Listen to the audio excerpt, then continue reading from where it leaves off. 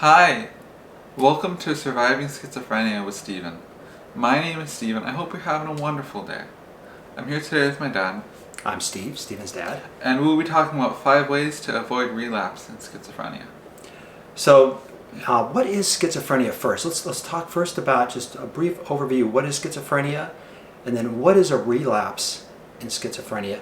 And then we'll go through the 5 tips to prevent relapse in schizophrenia.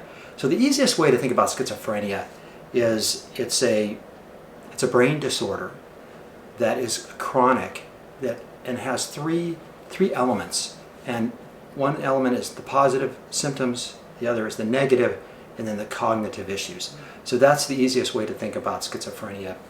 Chronic brain disorder that has 3 features. And the positive attributes, again, are the delusions and hallucinations, and the negative ones are the social withdrawal, the flat affect, the really inability to participate in life, or the lack of desire, motivation. To want to participate in life. Exactly, to want to participate. And then the cognitive issues are difficulty concentrating. Brain fog. Right, exactly. So that's schizophrenia in a nutshell. What is a relapse? So a relapse is a clinical worsening of symptoms. Right, that would either require hospitalization or an increased risk potentially of suicide or other symptoms that exacerbate, but are clinically worsening. So 5 tips to prevent relapse. The first one would be maintain a daily routine. That is so important. So Yes. Stephen, what do you do to maintain your daily routine? Well, I make sure I wake up at a certain time. For me, it's 11 o'clock, which I know is pretty late, but I'm so tired I need that kind of sleep. Then I make sure I have my breakfast right after lunch, dinner, all at the right time. Right. So, that predictability in the daily routine is very healthy for everybody. Yeah. But particularly with someone suffering from a serious mental illness, predictability of getting up on a certain schedule, eating, Exercising at the right time. Right. I do in the afternoon around 2 to 3 o'clock. Right. So the schedule, the daily routine, and the schedule is so important. That would be 1. 2, take medication as prescribed by your Definitely. physician. So what do you have to say about that, Stephen? No, that's incredibly important.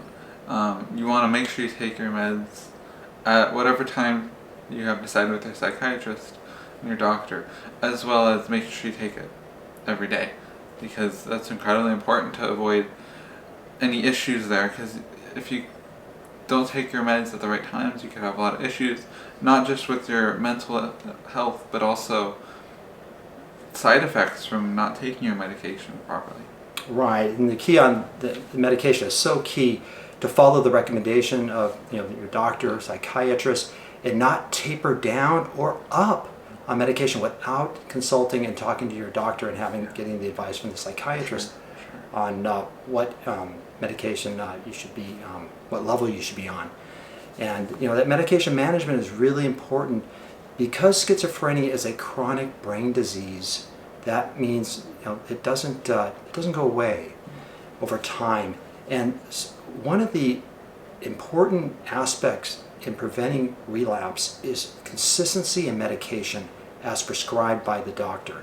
Yes. And many people with schizophrenia feel that once they start feeling quite a bit better, feel that it's no longer necessary for them to take medication. They might cut back on their own. Certainly under advice of the doctor advises that you would go with the advice of your physician, your psychiatrist.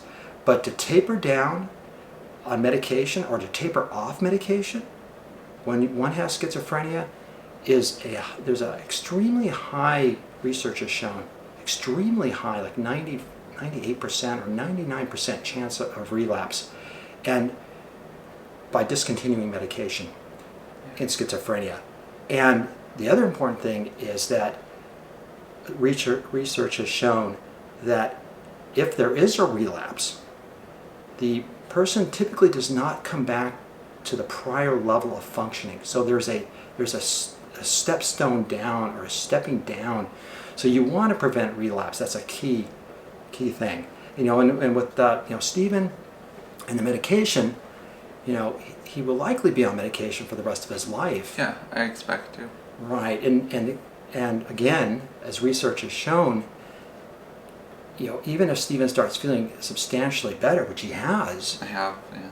a reduction or a discontinuation rather of medication, there's just an incredibly high rate of relapse, very high. And then if you're not going to get back to the same level of functioning, if it's always a step ladder down, so to speak, then you're asking for trouble there.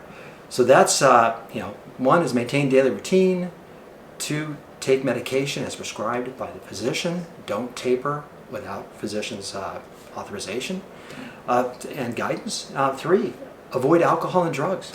Yeah, that's important. Drugs and alcohol can affect the way the medicine works in your body, as well as just to have very adverse effects to people in psychosis or with mental illness in general. Right, and for example, marijuana, that can exacerbate psychotic symptoms, psychosis. So avoid alcohol and drugs. And 4 would be exercise, which I've recently gotten back into. If you have been following this channel, you'll know that. It's not easy, especially when you have schizophrenia, because, well, at least for me, I'm very tired all the time. That said, since I've been actually exercising every day or so, maybe every 2 days, depending, I've been feeling a lot better, actually. Getting better night's sleeps, having more energy even. It's been good. Right, and it is difficult to maintain that schedule because with schizophrenia, some of the negative symptoms that Stephen's experiencing would be the lack of motivation. That too. And some of the cognitive would be,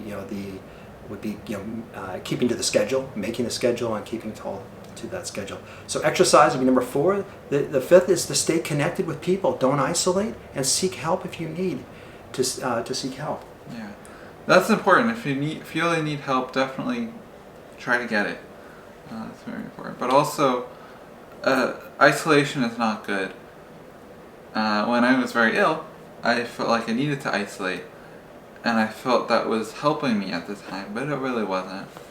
Right, and Stephen shot that stress and anxiety video a couple weeks ago, and he had symptoms there that would suggest a potential relapse, and those are concerning symptoms. So Stephen, what did you do during that time 2 weeks ago when you shot that video over a few days? Stress and anxiety and schizophrenia. What did you do to stay connected with people and your therapist or psychiatrist? Not much, honestly, which is part of the issue. I did talk to my psychiatrist, or rather my therapist afterwards, but that's the thing, I should have talked to her during it, but I was so stressed out, I wasn't thinking right about that. I just wanted to essentially isolate even. So that was actually a mistake. Right, so yeah, those would be the 5 tips that we could give, is that maintain a daily routine, take medication as prescribed by your doctor, avoid alcohol and drugs. 4, exercise. 5, stay connected with people and seek help if needed. And wrapping up, what are the warning signs of a possible relapse? And let's put this in context with what happened a couple weeks ago with Stephen. You saw in that video. Stephen, what were you feeling a couple weeks ago? It's about 2.5 weeks ago now. Massive amounts of stress, and I was hearing my heartbeat in my ear. So he was hearing his heartbeat, which was driving me up the wall, I guess you could say. Right. I was, oh gosh, a repeated sound over and over and over again for 36 hours? Right, quite a long time. So some of the warning signs of a possible relapse would be trouble sleeping, desire to isolate, lack of appetite, hearing strange things, and feeling of fear or paranoia. And hearing strange things, when Stephen was hearing his heartbeat, it was very concerning for us, because the issue became, was that psychosis? Was that hallucination? Or was that just stress? Right, or was it just stress? And we believe it was just stress. It wasn't. I think so, yeah, for this case. Right. So we wanted to immediately reduce the stress, and we did that in part by doing some exercising, getting out a little bit, and also taking some medication that the doctors prescribed for stress management. And so, that is important, and also just reducing, allowing Stephen his time, whatever he needed. Right. I mean, what are the, so what would you say are some of the warning signs, Stephen, of a possible relapse, or when you start feeling anxious? For me, I don't really know because I don't notice it. That's the thing. I won't notice that I'm relapsing or having issues as much if it's that severe. I just won't know. Right. And actually, one thing that we did notice was very incredible. That's a point I want to make, is that if you watch that stress and anxiety video, Stephen was stressed and he was hearing his heartbeat, but he wasn't. He wasn't running around. It was how can I describe this? It wasn't.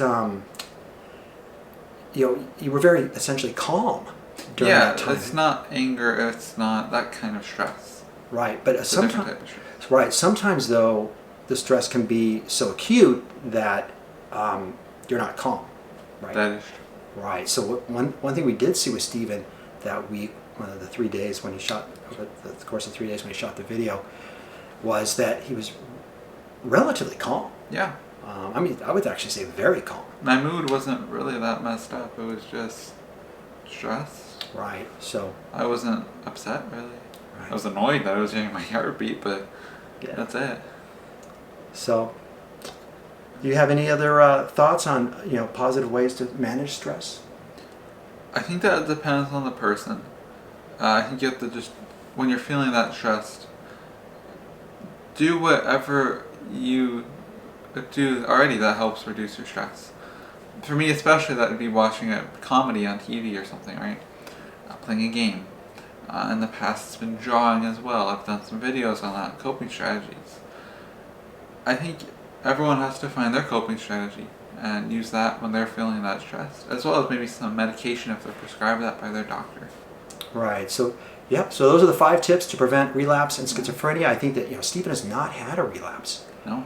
And I've been steadily taking my meds though. Right, and we're careful. That what happened 2.5 weeks ago, that wasn't a relapse. It was an exacerbation of symptoms, though, of the negative symptoms of stress and anxiety, and that's and it could be something else too. That's the hard thing with schizophrenia. When someone has a chronic mental illness like this, it's hard to know whether it's the schizophrenia or whether it's just maybe a virus going around and not feeling well those couple of days. Yeah. So I hope you enjoyed this video, and we both hope you have a happy and healthy rest of your day. Have a great day.